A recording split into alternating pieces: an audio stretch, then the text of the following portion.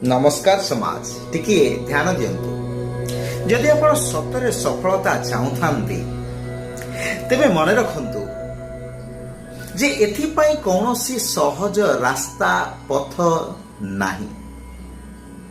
आपण को कठिन परिश्रम करने सहित धैर्य एवं स्थिरता रखा पड़िबो एवं थरे आपण सफल हेई गले ताहा आपणकर समस्त पथ को सम्मानित करने सहित मूल्य वृद्धि कराइबो एवं आपण को राजकीय भाव प्रदान करने सहित प्रतिष्ठित मध्य कराइबो।